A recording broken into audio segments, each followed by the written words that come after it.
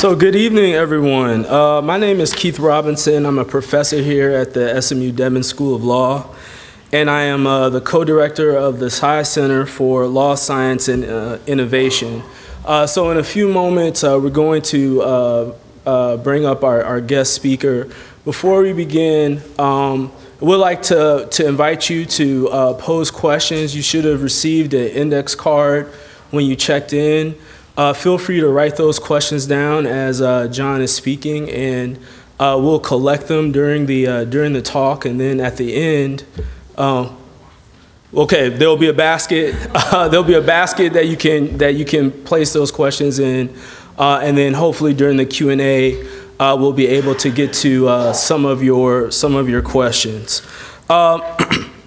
So allow me to just, before I bring up John Carmack, let me just say a few words about the center and then introduce him. So the Tsai Center for Law, Science, and Innovation studies how new technologies affects ethics, society, private industry, and governmental institutions. The center offers educational programming, facilitates academic research, and provides educational opportunities in these areas to benefit students, industry, policymakers, academics, and the public. So universities such as SMU are in a unique position to facilitate high-level discussion of how science and technological innovation affect our social and legal institutions. To that end, the center engages the public, scholars, scientists, policymakers, and innovators to share their perspective and consider some of the most pressing questions of science and innovation policy. In a few moments, we'll hear from our guest this evening, John Carmack. In 2017, Paul Miller, writing for The Verge, referred to John Carmack as the greatest programmer alive. Mr. Carmack developed popular video games such as Doom and Quake, which established first-person 3D games and popularized multiplayer gaming. Now, as the CTO of Oculus VR, John is focused on virtual reality technology. While the gaming applications of VR are clear, Mr. Carmack is quoted in USA Today as saying that VR could become something that is potentially usable by almost anybody that carries a mobile device. We are fortunate enough to have Mr. Carmack here with us tonight to talk about his work, innovation, and the future. Please join me in welcoming Mr. John Carmack.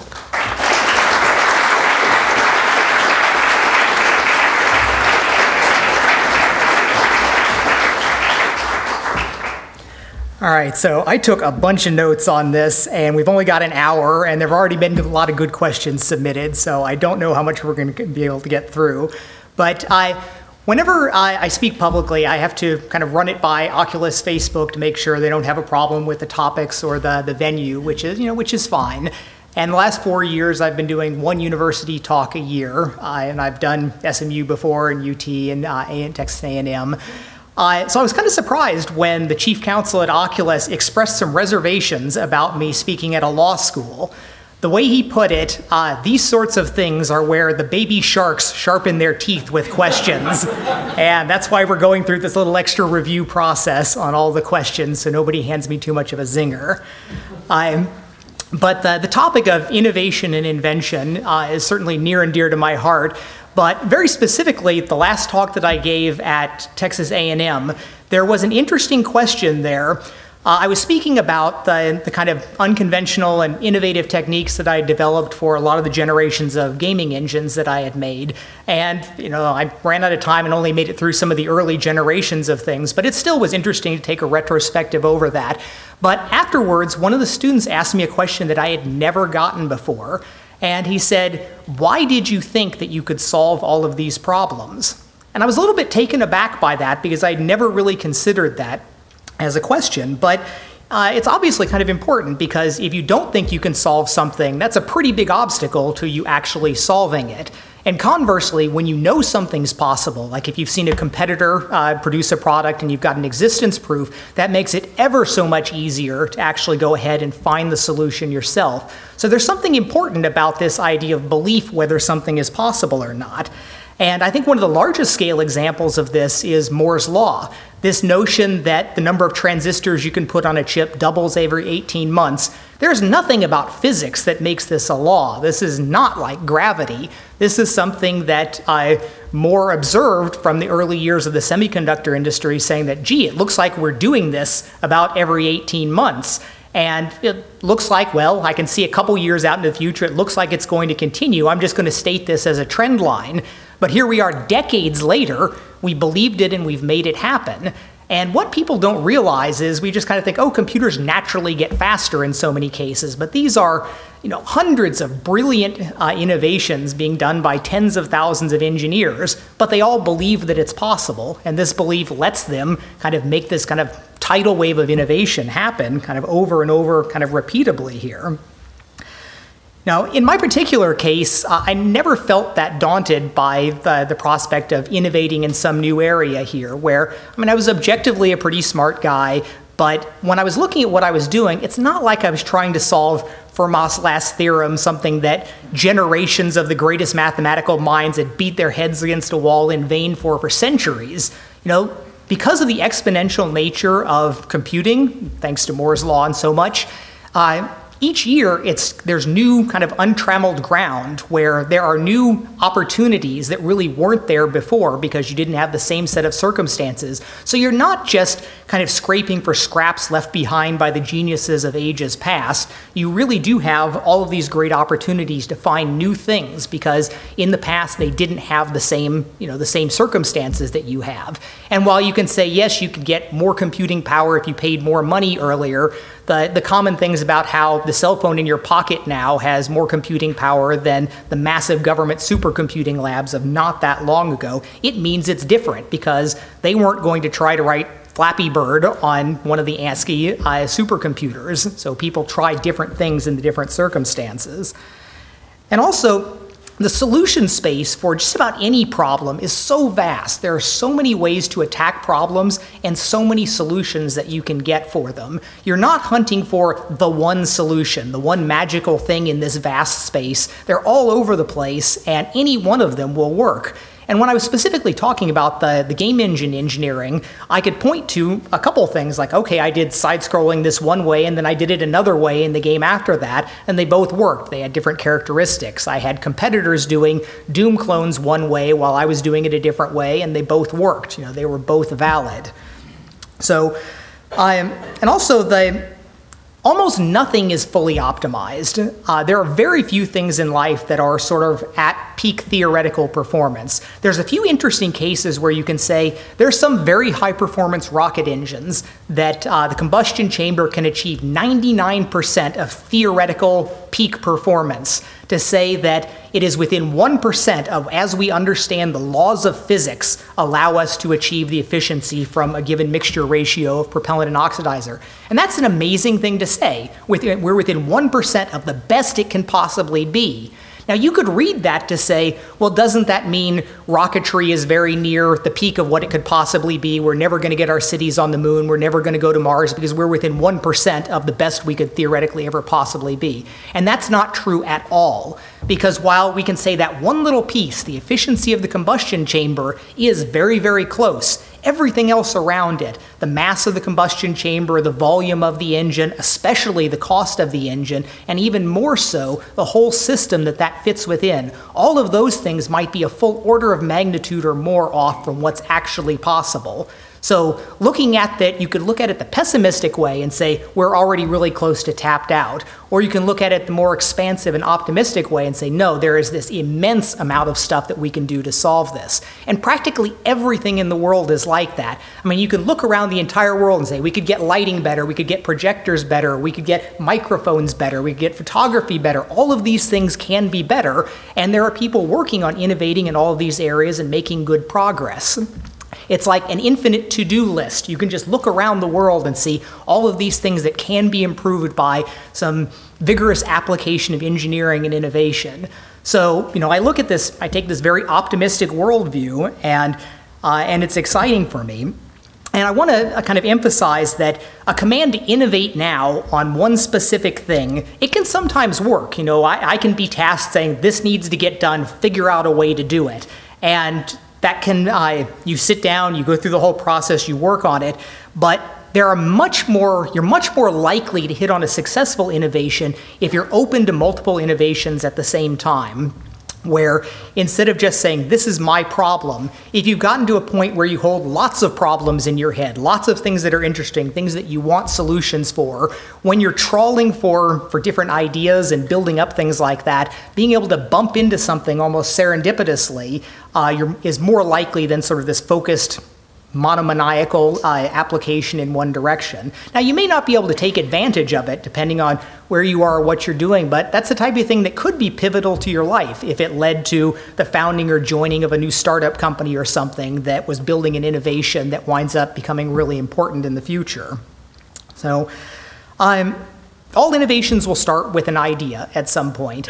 And it was interesting, a few years ago, I was reading Nassim Taleb's book, Anti-Fragile. And it's an interesting book in a lot of ways, but one thing that really clicked for me was how my idea creation process had evolved over the years. And the basic idea is that something is anti-fragile if you can get strong upsides from something, but the downsides are minimized in some way. It's asymmetric.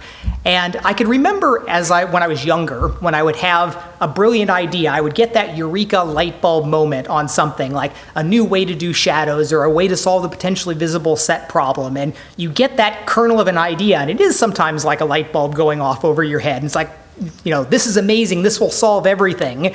And you ride that high for a little while, but then eventually when I find out why it doesn't work, why it's fatally flawed, I can remember that used to really bum me out. I would be kind of crushed and depressed, and it's like, I was feeling so good about that, and now it's totally not going to work.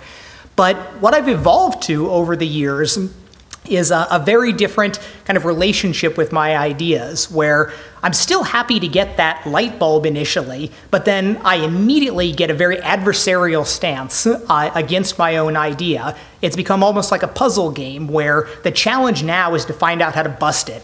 How do I break this idea? Which means that it becomes almost pure win through the entire thing. You get the eureka and the light bulb, and then you kind of gear up for the hunt, and you get the chase of that down, and then either you get the satisfaction of, okay, I nailed it, that idea is busted, I'm on to the next one, I go make up something else, or you get the satisfaction of like, this is gonna work, this is an innovation, it's going to amount to something. And this happens all the time, dozens and dozens of ideas. I've got a couple kicking around in my head right now, and there's some interesting side effects to this where sometimes I'm not able to kill an idea and it haunts me for like years afterwards. Like I have a couple ideas that could potentially be revolutionary and I can't quite convince myself that they do or don't work for sure, and I haven't been able to devote the time to actually going and trying to implement them. So that's the type of thing that I'm laying in bed sometimes and my mind turns to this idea that I've already rat-holed around far too many times, and it's sucking up a little bit of a mental effort that could be done better elsewhere. A point I try to make to both technical and design people is that ideas don't usually come from just staring into space and waiting for inspiration to strike you. There is a mechanical process that you go through, or you can go through, to farm ideas and innovation, where it's a matter of, again, like I said, having as many questions as you can available. The more things that you have, that you're aware of the problems and that you're interested in, the more things that you can possibly get that way. But then being open to solutions, not just looking for the one specific thing, but waiting for anything to hit you. And then you farm it by exposing yourself to lots and lots of ideas, lots of reading, lots of perusing other things, taking some notes, going and back, reviewing your own notes, because sometimes, you from 6 months ago is practically a different person. And that's one thing I really don't do enough of.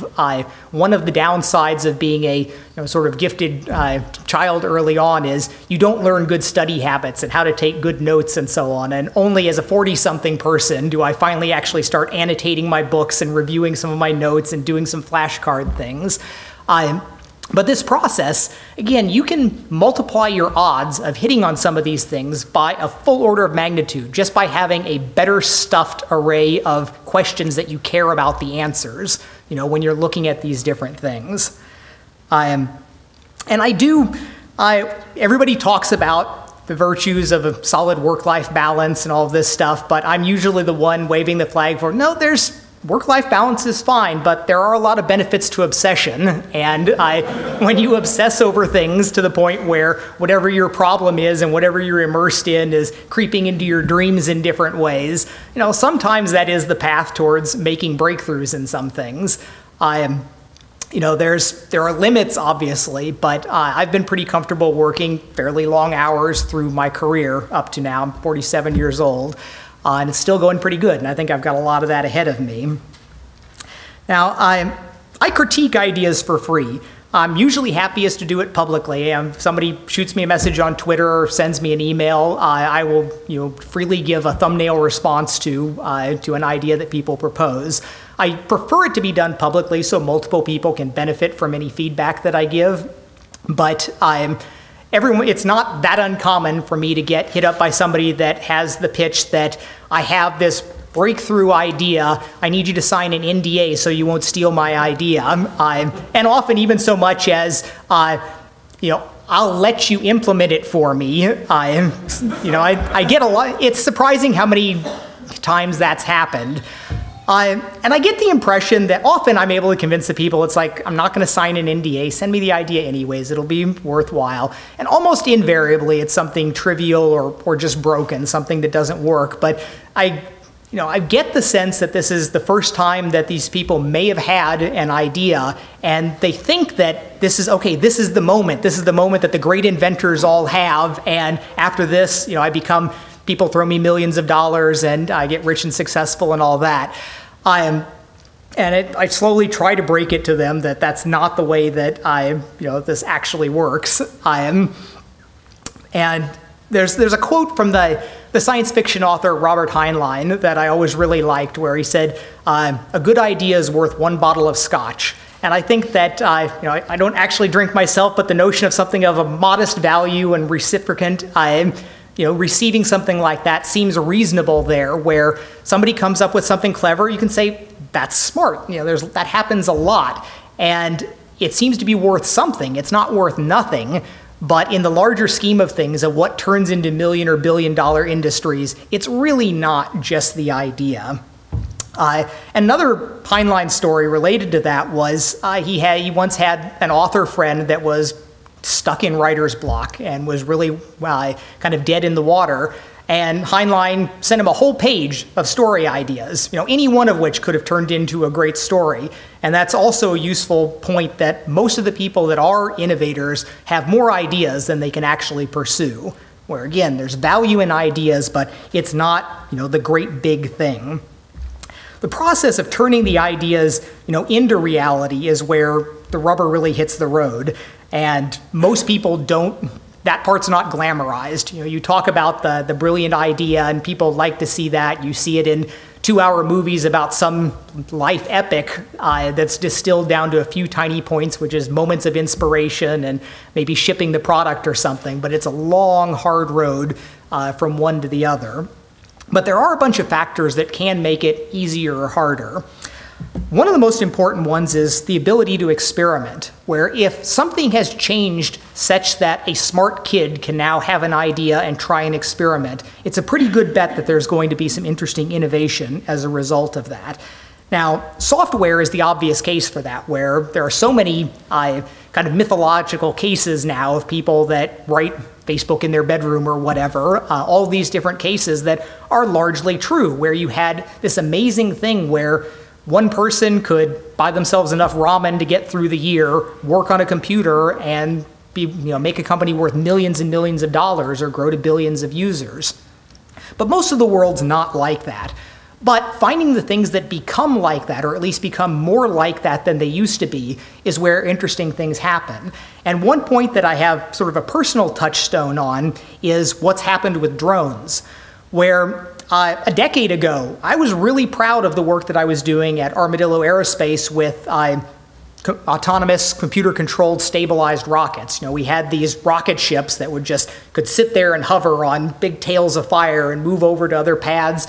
And it was impressive at the time, because the only thing that had done anything remotely like that before was this $60 million DCX project that had happened some years before and made a small number of flights. And we wound up making dozens and dozens with multiple flights per day and doing all of this. But when I look back at my wobbly rocket sitting there on the control system code that I wrote and compare it to the aerial ballets and knot tying that people are doing with drones, it's kindergarten scribbling. You know, they are so much more advanced on the control systems now. And the reason they can do that is because all of the teams that do those impressive things with drones, they have a closet full of wreckage of all the drones that they've crashed because they can afford to do that. At Armadillo, we built and crashed 2 airframes a year, which was a remarkable pace in the rocket ship business. But now people can go ahead and say, you can crash drones multiple times a day. You can put them back together and go fly them again and get dozens of flights. And that's how you're able to get these wonderful, magnificent control systems that can do all of these interesting things, because they were able to crash them into walls and have all these embarrassing fails all of these times, and to have that much iteration and that many opportunities to succeed for that little money. So things where that can happen more in the industry, that can make a really big difference. Related to that, having the ability to score what you're doing is really important, where in computer science, a lot of things have happened in recent decades where things have gone from random ideas in research papers to things making serious impacts when data sets have been available for public testing and scoring. And so many of the advances in computer vision and machine learning have been as a result of this, where it used to be people just, you would have the 3 or 4 images that you would try your technique out on. Maybe you would be able to compare it against somebody else, but rarely rigorously. Nowadays, you have these massive data sets and they have yearly competitions, and there are these, the pace of innovation on that has been really breathtaking, how much progress has been made. The old saying about that which you measure improves. I mean, it's not necessarily so, but if you're not measuring it, the chance of it improving is greatly diminished. And on the opposite end of being able to have rapid experimentation is something like, the worst case I can imagine is something like tokamak fusion research, where it takes decades to get the next reactor built, and people spend their entire scientific career waiting for the instrument to be built so they can maybe run some experiments. And that just seems tragically bad, where I can't expect any innovation to come out of something like that. Even if they do learn some things in a scientific way, that's not going to be impacting the trajectory of my life. The pace is just too slow. Now, few innovations are achieved without a lot of people working on them. There are some rare exceptions that are likely to be very valuable. Some of the things that have happened with, say, cryptocurrency and blockchain stuff now are back to things that have been done by one or a small handful of people. And that's, again, magical and amazing. People think that an industry matures and grows up. Like gaming certainly did mature and grow up, where in the early days we had a half dozen or a dozen of us that were cutting edge, leading the industry. But now teams are hundreds of people. They're much more risk averse. There are reasons why things get the way they are. But there are all these new things that pop up. Like, nobody was thinking about things like cryptocurrency and what could be done with that. And that's quite interesting. But on the other side, there is industrial innovation at an industrial scale, like in the semiconductor industry, where you have tens of thousands of really smart engineers working really hard under intense pressure, and they're delivering Moore's Law, this tidal wave of innovation, over and over again. And that's pretty amazing when you think about it. Some people will say again, well, semiconductors are just different. There's nothing else like that. But there are a bunch of other important things, like solar cells and batteries are progressing on this amazing pace also, much faster than people expected. If you go back and look at what people were predicting for those 10 years or even 5 years ago, their graphs are terribly wrong. It's going much, much better. And this is kind of what happens when you pour tens of billions of dollars of effort into this, and it's really in a competitive mode, not just kind of a blue sky research mode. These are companies that want to own these trillion-dollar businesses in the future, and they're delivering amazing innovation. But in contrast to that, the vast majority of industries are under-engineered. Sometimes there's only a couple players. They don't think engineering is necessarily a core competence. They might be at a stable local optimum for them in the business space. But it's certainly my belief, with my optimistic worldview, that almost all of those could engineer up and make massive innovations in their industry, the industry that they're in. You know, there's questions about when would it make sense for them to do, or how could you pass sort of some of the activation energies there. But this is sort of what Elon Musk is doing with the Boring Company, where there's only a couple companies in the world that make these huge tunnel borers. It's a boring industry that not too many people care about. It's not something that engineers go through college saying, I can't wait to go join this industry and put my mark on it. But when you look at this and say, well, we're setting up shop right across the street from SpaceX with all of these really brilliant engineers, I think there is an extremely good chance that he's going to wind up having machines running many times faster than what's going on right now, because there is innovation potential sitting on the table waiting for it to be picked up by sufficient application of engineers and capital. And it's exciting to think about how much latent potential there is just as a result of most people not being in the optimal position. You know, the right engineer in the right place is almost certainly not the case right now, where there have been a few times in my life where I could honestly think that I was probably the best person in the entire world for the particular task that I was doing. You know, as a result of experience and history, what I just finished working on, and the timetable that something had to get done. Not because I'm the smartest person in the world, but because I had done all of these things, I was the right person for a specific job. And that happens a few times, and it's great. This is like, okay, this is peak value for what I'm doing. But most of the time, I work at some more modest multiple of what any other person could be doing on some of the things. And this vision that in the future, maybe we will be able to pull teams together more quickly from the right people at the right time. And this was always the dream of telepresence, that you could have remote workers in different places, and you could pull this brilliant person from Shanghai over here, and this person from Canada over here, and work with this person from San Francisco, and put together your dream team for some 6-month sprint on a project. But it doesn't really happen right now. And that is one of our lower key hopes for virtual reality eventually helping with this in some ways, where video conferencing technology has made a lot of strides, but it's still not like you're there. There's still some things lost. It's still not a great collaboration. So there might be something that, that makes a big difference there in the future. Now, again, capital is important for a lot of these things. We have some brilliant things that don't require a lot of capital to do, but even if you just want to bring the engineers to bear, engineers are expensive, and if you want to bring a whole lot of them to bear on a problem and work on it, it does take a lot of money to do that.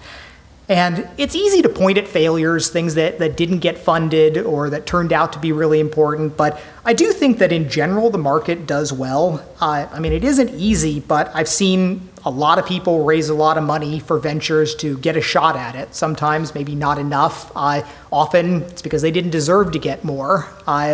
In the case of like all the aerospace companies that I've watched, it's an interesting kind of set of trajectories where lots of them were always complaining about, oh, I couldn't do this because the two big scapegoats are, oh, the regulatory side of things, it's the damn government's keeping me from flying my rockets. And that was really not true. It was, we were at Armadillo, our little 8-person team was able to get all the launch licenses and permits and all that stuff. It was work, it wasn't trivial, but that wasn't what held people back. And then it was, oh, I couldn't raise $1 billion to build my scramjet, whatever. And well, the investors were correct to not give you the $1 billion in most cases. And then we've seen lots of the super success stories where things do play out very, very well.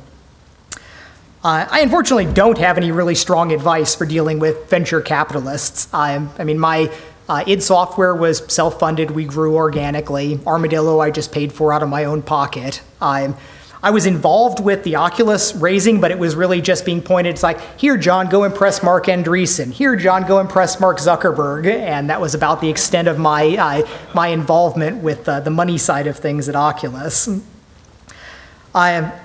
One of the things that can be problematic with the market solving things is kind of these pockets of stability and risk aversion, where if we think about the solution space for everything as this big multi-dimensional space, or even just think about it as 3D with hills and local minimums, where a lot of times companies will be in a comfortable, stable place.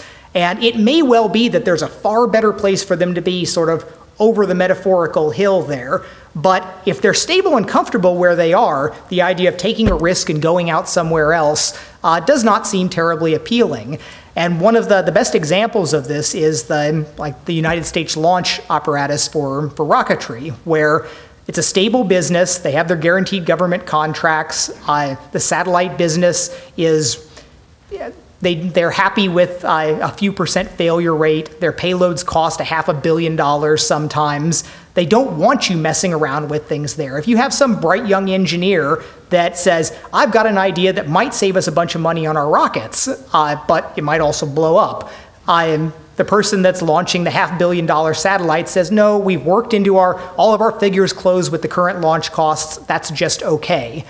And this is what happened for decades after we learned how to launch rockets. We learned how to launch them barely okay, and satellites were a valid business for that. And it just worked. They insured it. They knew that sometimes they'd blow up. They had hedged their risks on that, and that was just fine. When the companies, when Boeing or any of the United Launch Alliance companies, they made a new rocket, it was very conservative. They expected it to work on the first try. And in contrast, SpaceX goes out there and has this lovely highlight reel of failure after failure. And I used to do that at Armadillo too, which was, great. You put out and say, all right, here's how we crashed this one, and then this one, and then this one. I was so heartened to see Elon do that for most of his flights. And now they're happy to just show everything that they've crashed over the past. And it's a lovely reel of tens or hundreds of millions of dollars of rockets just doing terrible things. But that was what it took to get to this level of innovation where, okay, now they've got this much cheaper build infrastructure. They're reusing rockets. This was the dream of so much of the aerospace industry for so long, and they just went and did it. And now that means everybody else is in a really, really bad position. But it took someone basically with Elon's guts to go all in and say, I'm going to try to do it this unconventional way. And he succeeded, and he's going on to great things here, but he easily could have flamed out. And there were dozens, people looked at it where there was 40 years in the wilderness for aerospace, where we went to the moon, and then people thought, well, where do we get our commercial rockets? When are we going to be flying people to these to the different locations? When do we get our moon base? And 40 years go by. And there were lots of companies there, and people look at it and say, if you haven't succeeded after 40 years, doesn't that just mean that it's not going to happen? What makes you think you're any different? But the point that I would make about it is there were very, very few actual attempts. And innovation implies a level of failure. It is possible to do something innovative with high probability of success if you are willing to be so very ineffective about it. Like the space shuttle. The space shuttle succeeded on it flew manned its very first flight. So they were so conservative in what they would do, and it is so expensive. It was costing, depending on how you account for it, $500 million or $1 billion per launch of the space shuttle in the end. It was in no way effective. They could have been flying the older rockets, just make lots of them, and be much more cost effective. But if you were willing to go and blow up lots of things, trying these different things, eventually you can hit on a formula that can actually be a lot better. And there's some other possible bridges across those gaps where the X Prize was interesting. The idea was that there was a theory that taking people just up into space, not into orbit, was something that could be a business. And people had done studies on it, but nobody was willing to actually put in the money to try to build something.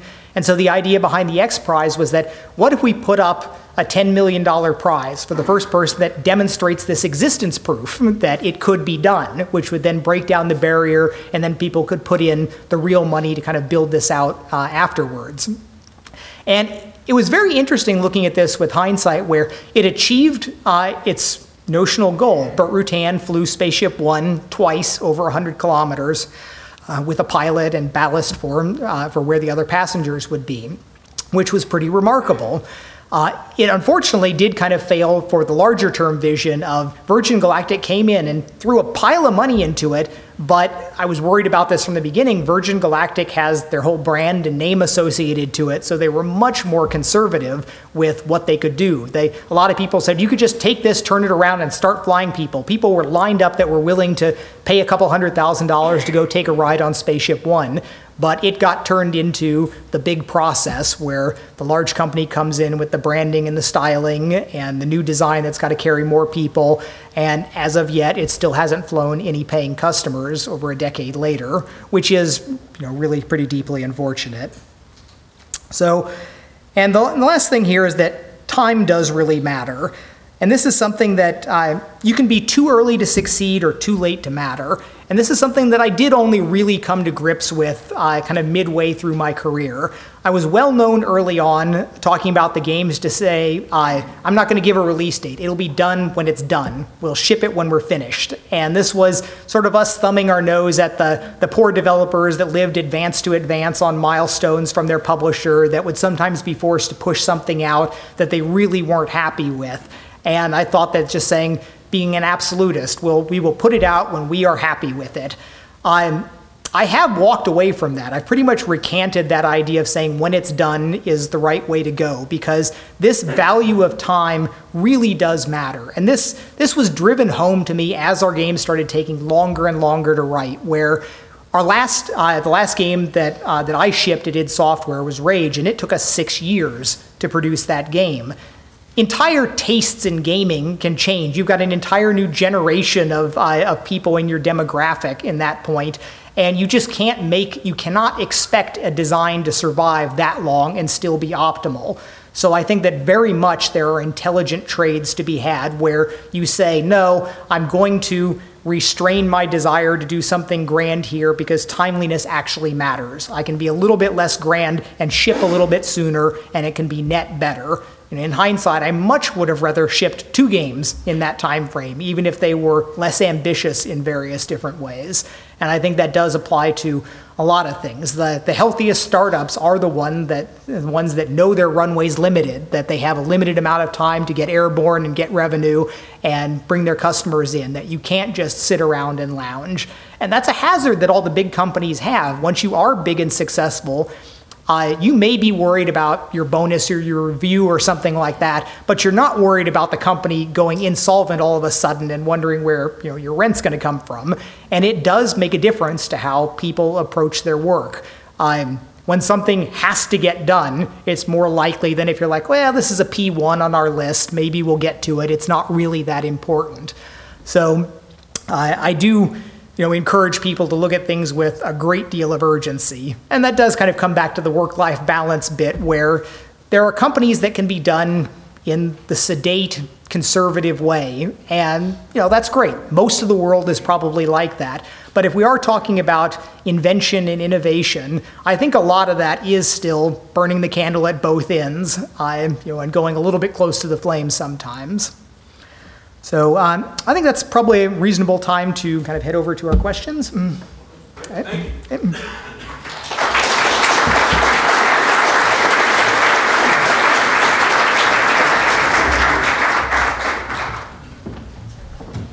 How much time do we have left? We have about 20 minutes, 15 minutes? Okay. Awesome. All right, let me turn my mic.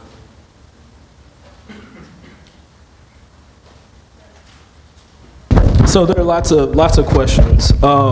So thank you, first of all, for your comments on innovation. I thought it was fascinating, and I was taking copious notes. And so we're going to kind of go back and forth. We've got some good audience questions and then some other questions. And so, John, the first question is, how might emerging technologies like virtual reality change industries that are slow to adopt technology, like the legal industry? So there's actually a really interesting thing that I and several other people have some real concerns about in regards to virtual reality in the legal industry, where there have already been some moves to using virtual reality to do reenactments in different ways, where you can make people say, it's like, here's the scene that we've recreated, here's what you would see from this position, here's what you'd see from this position. But the problem is virtual reality is virtual and it's completely mutable. You can make it look like anything you want, and you can make it very compelling. And the people that get good at this, that get good at selling presence and selling narrative sense and making you feel what they want you to, you've got more ability to do that in an immersive environment than you have with anything on a screen. And so there's some some valid concern for how that may play out and how judges are going to have to start thinking about what they're going to allow and what they're going to caveat in different ways. I don't know where that's going to go, but that's something that is already sort of top of mind in some cases. Okay. We have a question related to how you go about prioritizing and choosing your projects, and then also skill acquisition. How long do you give yourself to acquire a skill? And so the skill acquisition side is, that's very topical for me because just 3 weeks ago I took a 1-week retreat where this is something I used to do on a really regular basis, but it had been a few years that I had a gap with this.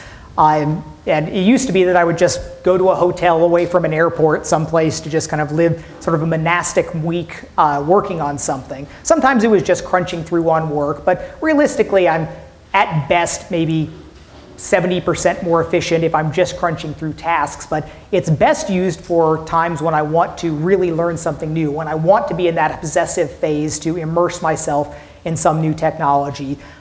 Just this recent one, I was doing convolutional neural networks. I kind of doubled up 2 things where I took OpenBSD, which was a Unix that I hadn't worked with that I wanted to spend some time in, and convolutional neural networks where I wrote some stuff from scratch, which is, my method of learning is always very much bottoms up. Most people would take this as download the latest Google library and run through the instructionals there, but I start the other way. I want to write it from scratch in C, so I know what every multiply does in every step of the process. And that's just how I approach the things. And I had a great time with that. Before that, a couple years ago, I spent several months working on classical computer vision things for position tracking, visual odometry. And a couple years before that, learning my first Android stuff as I started on the virtual reality. So it's an important thing for me to keep doing this because that's honestly what I enjoy the most.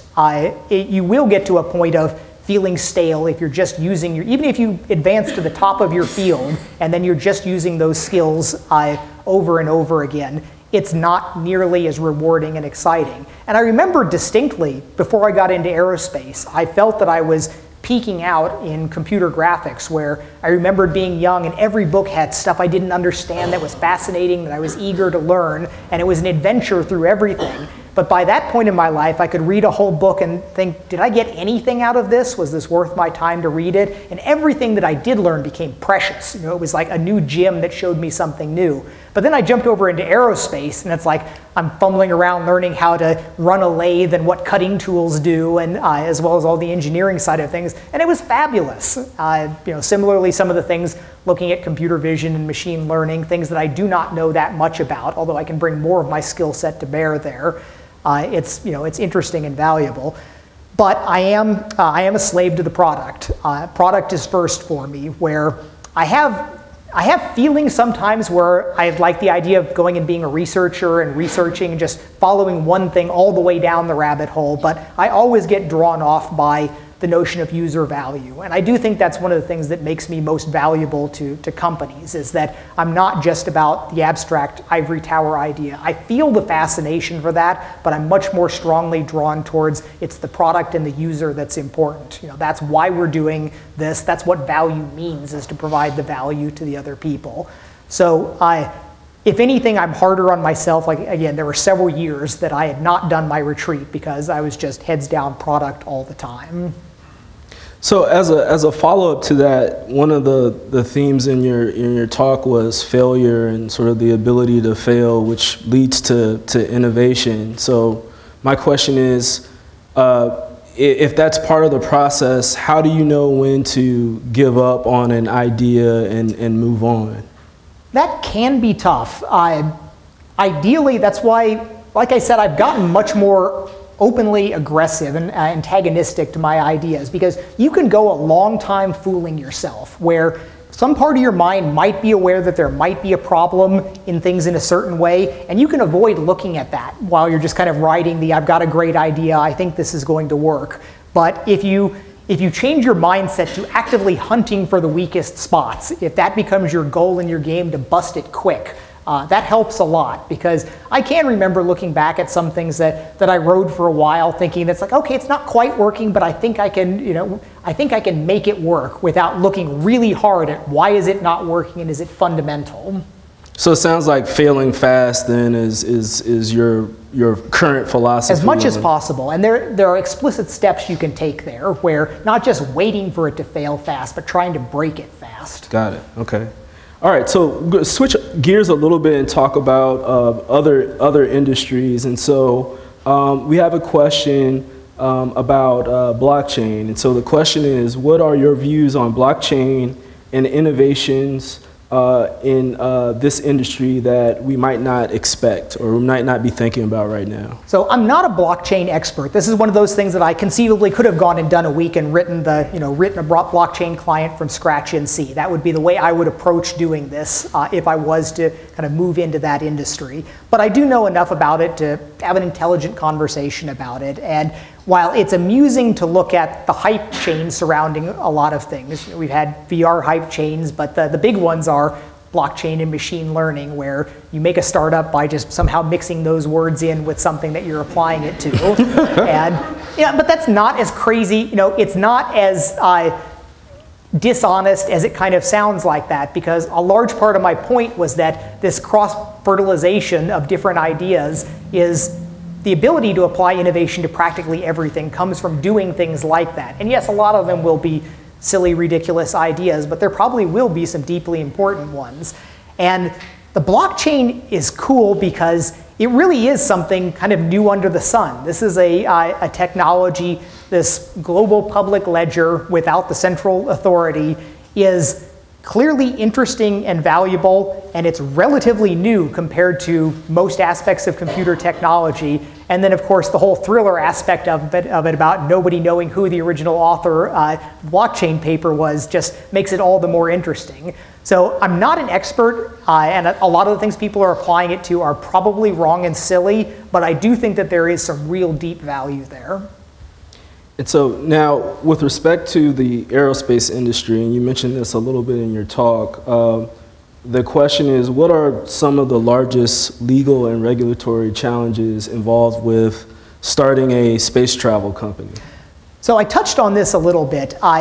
There's a couple aspects to it. There is the big things that people talk about are you need to get a launch license. There's a few different things that you need to fly under the FAA. There's a class called, you can have an experimental permit for things that are classically gigantic model rockets, but they're bigger than you'd think. You can have like tons of thrust. These can be fairly potent and you can get a lot done under this regime.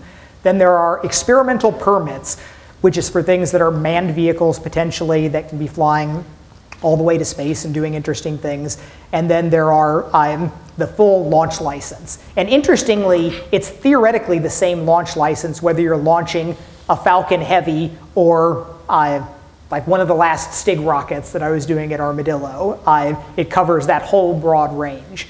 Now, there's a huge amount of regulatory paperwork that needs to get done for this, but it is not the thing that blocked so many companies. The whining companies that were like, oh, the government's keeping me from doing it. No, they just didn't put in the work. It took one guy at our company working with the FAA, going through all of the paperwork to get it done. And there was a lot of things that frustrated me a lot, where we submit an application that has everything necessary in there, and it comes back with a rejection that basically means not heavy enough. Send us more paper. So we figure out a way to say the same thing in twice as many words and send it back, and you go through that a few times, and eventually you wind up being okay. The other side of it, though, that's less obvious is just how you conduct your operations. And this was one of those things that I've got some of my great Texas rocket stories that I have, where we did most of our early development just in an industrial park area in Garland. Night would fall and we'd roll up the garage doors and we'd fire rocket engines out the back and have our test stand there with big tails of fire flying across the parking lot. And generally, it was not a problem. One time we had a police cruiser come by. We had just fired an engine that had made a large plume of steam going way up that was probably visible for a mile away. And not surprisingly, a cruiser pulled in, It's like, what's going on here? And I say, well, we build rocket ships here. Let me show you around. And we showed him all around, and I was having such a good time on the tour that eventually his partner in the car was honking the horn, telling him to get back out. And he said, well, it looks like you guys know what you're doing. Carry on. And we did. And so there are certainly places where that would not go over nearly as well, but we had good experiences here. The few times that I did talk with like our local representatives, or people in city positions, it really always went well. People thought it was exciting, the idea of building rocket ships. Then we were doing things like the rocket racing with manned people in it, the Lunar Lander Challenge. We did work for NASA, and like out at Caddo Mills, where we had our airfield shop, they were pretty happy with it. It's like, yes, there is some recognized outside possibility that something could go horribly wrong, all of our systems could fail, and our rocket could fly over and hit someone's cow or house, or even. It's a possibility there, but it was all deemed acceptable risk. Great. So let's turn now to a couple of personal questions, more about how you work. And you also talked about this in your talk, and you said that there's nothing wrong with a little obsession, especially to get things done. And so we have a question about work-life balance, and I guess the gist of this question is really you do have a family, you do have a wife and kids, and so how do you manage being a husband, being a father with the work that you do? So it sure helps to have a wife that's supportive of what you're doing. I mean, if there's an adversarial point there, that's not going to go over well. But there's over 100 hours in the week after you're sleeping. Even if you are working the 60 hours a week or something that people say, oh, this is unsustainable crunch, that's still 40 hours left in the week. So I walk my kids to school every day. We talk every night. I am gone much of the day. Sunday's family day. I don't do anything else instead of that. So I'm down 20% from what my peak would be otherwise, and that's a trade that I'm more than happy to make right now. But that doesn't mean that, oh, you've only got 40 hours that you can put into your life's work. And that's what you can say work-life balance or life's work. And what I do with my engineering is my life's work, and I have few external hobbies or other things that I do. I put the time that I have available that I'm not devoting to more important things with my family, I put them towards my work. And that winds up still being a really significant amount of time per week, and I get a lot done. Now, what did that schedule look like before you were married with kids? What was that like? So the big things that were different was I used to be on a rolling schedule where I would work almost on a 25-hour day schedule where I would kind of get up an hour later. I didn't have an alarm clock, and so I would get up an hour later every day, and I enjoy working through the night when there's nobody there. I love coming in on Saturdays when everything is peaceful and quiet, and there's certain work that I can't get done during the week when messages are going off and meetings are being scheduled, and Saturdays are great. So I used to have much more of the late night work, and I would be cycling around always at weird hours. People wouldn't know when they could expect to get me, and I would work Sundays as well. And those are the main things that have changed. I get up, I make the kids lunches, and I get them to school in the morning. And my wife she pokes me about this a lot, where I used to just say, it's like, oh, that's going to ruin me in all these ways. And surprisingly, the schedule is probably a good thing on net, where when I noticed on my retreats away, not so much on this one, but on the last one that I did like 4 years ago, I very quickly fell back into my 25-hour schedule, going around. But I found that I would spend a little bit more time in bed. I would lose some time there. And I surprisingly don't mind being the first person up in the morning in our household, which is weird, and I wouldn't have believed that 10 years ago. So the retreats, you go away by yourself, and this is for 7 days? Yeah, usually. Okay, all right. Well, let me ask you a follow-up question for that one. So this is once a year? So it used to be reasonably regularly. This last one that I took, I hadn't for 3 years before that, I think. Again, because Oculus being a startup, I just felt that I couldn't do that. It was more important that I take a family vacation once a year with our family. We go somewhere, but We have this annoying little thing at Facebook. We've got the PTO fairy that sends you emails saying you have maxed out your maximum days in your PTO bank. You should take some PTO. And I'm like, go away, leave me alone. So it reminds you to take some personal time off. I mean, Facebook has a lot of programs like that where they are big on a lot of the wellness things, and they're very, very proud of their best place to work, best company to work for rating that they got this year. And it is, I speak very highly of Facebook as a place to work. Okay. All right. So I think we have time for one more question. And so I imagine that the answer to this will be you probably will have a difficult time deciding. But the question is, what is your favorite game that you've worked on?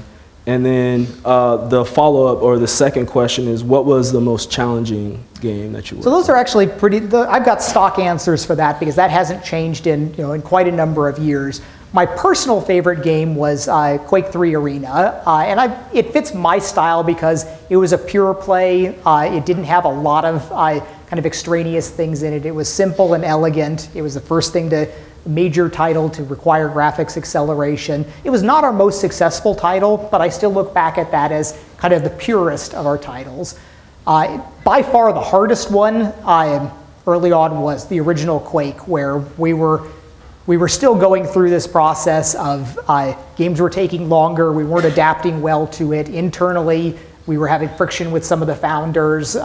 Some of the design decisions didn't work out. It turned out to be certainly a seminal game, and there's probably more game industry people that look back at that as the thing that got them into it, but it was pretty grueling to get that out. And even there, that was 2-year development compared to some of the things where we spent much longer on the later games, but it wasn't quite as much of a pressure cooker with all the different things going on, and we had learned some things after that. Okay, good. Well, so for the students out there that are aspiring developers or aspiring lawyers that might have an idea that they think is innovative, do you have any last words of advice for them? So I have some stock advice for people interested in gaming. I do get approached by people a lot. It's like, here's my brilliant gaming idea, and can you help me make it, or can you help me find someone to make it? And that never goes anywhere. That's not, that's not a useful direction to pursue. But the technical people that I talk to, I do offer a plan of attack that I think will get them to a place where they will be valuable to companies. And I used to recommend specifically a two-pronged approach where, on the one hand, work with a commercial modern game and build a mod, ideally with a team, where you're working inside a large code base with multiple people. You're not going to understand the whole thing, but you need to make something fun. That's the essence of what you would likely be doing at the company. But for the people that want to take their value beyond that kind of baseline level, I also recommend that people try to build a classic game, whether it's Pac-Man or Wolfenstein 3D, completely from scratch. Using modern development tools and the existence proof and the value of history, it's a lot easier than it was back then, but it's still not a trivial project to learn everything, to learn how to do the video swapping and the input and all of these low-level details. Because I still think so much value does come from knowing the entire stack. So much of my innovations have come from knowing that there's this big mess of things, you can cut out this, bypass this over here, and collapse things down, where most people only learn the highest levels now, and I think there is a lot of value of knowing things all the way down to the metal.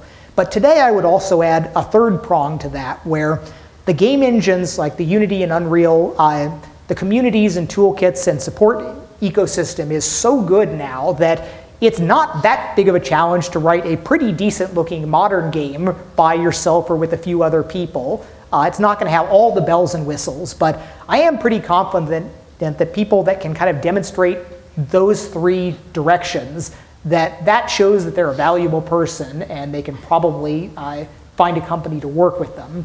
In the general sense about how do you take an innovative idea, one of the random things you might brush against. It's like, oh, I figured out a better way to do light fixtures. How do you wind up turning that into a company?